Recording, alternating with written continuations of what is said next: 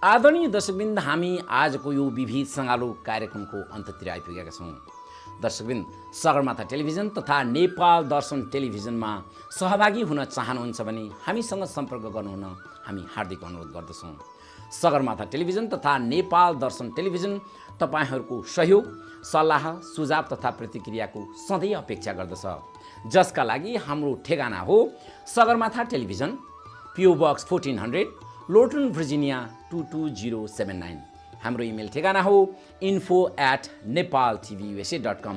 हामीलाई फोन गर्न सक्नुहुनेछ। हाम्रो फोन नम्बर हो 703-926-9530।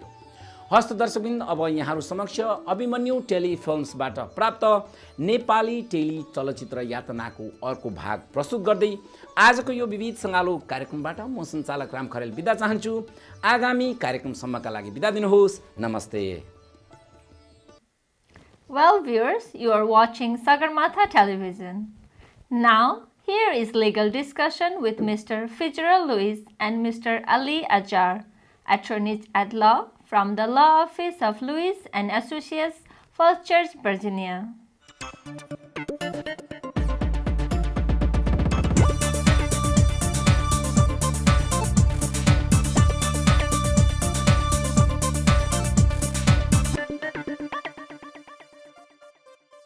Namaste viewers, this is Fitzgerald Lewis and Ali Azar from the Law Offices of Lewis and Associates in Falls Church, Virginia, and you're watching us on Sagarmatha television program. Ali, what are we discussing today? Mr. Lewis, I wanted to continue again with the same tone that we've had in the last couple of segments. Sort of relates to immigration and sort of doesn't. Again, several people find them in the situation where it takes multiple years, if not decades, to have their loved ones join in. We have an I-130 filed, and it's on the eve of the approval, and then something unfortunate happens, such as the petitioner dying or passing away, or for any reason, whether natural or through an accident or something. What happens to the beneficiaries of such a petitioner? Are they allowed to continue on with their immigrant petitions, or is everything done and over with? Well, let's presume in the first case that the I-130 is not approved. The I-130 is not approved. There's nothing that can be done. However, once the I-130 is approved and then the petitioner passes away, it's a different story, because the law was recently changed and it allowed someone else to step into the sponsor's shoes. So it can be changed over, but it has to be done on a humanitarian basis. Remember, the first reason of immigration to the United States is family unity.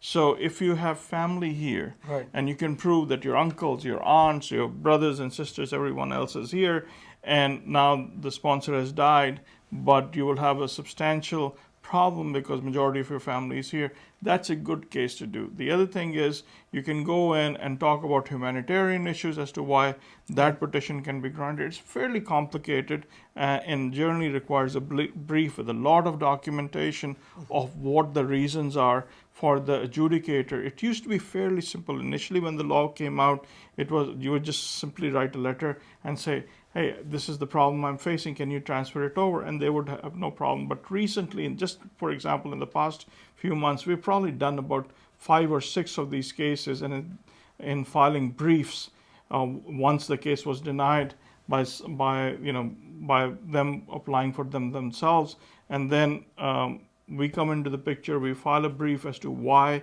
right, this thing has to be overturned because of humanitarian reason, family unity, all the main reasons why we are allowing people to migrate to the United States. And you have to touch each one of them and hope for the best. As I said, it's getting harder and harder, but it's not the end of the game yet. This is Fitzgerald Lewis and Ali Azar saying goodbye and God bless for now. Thank you.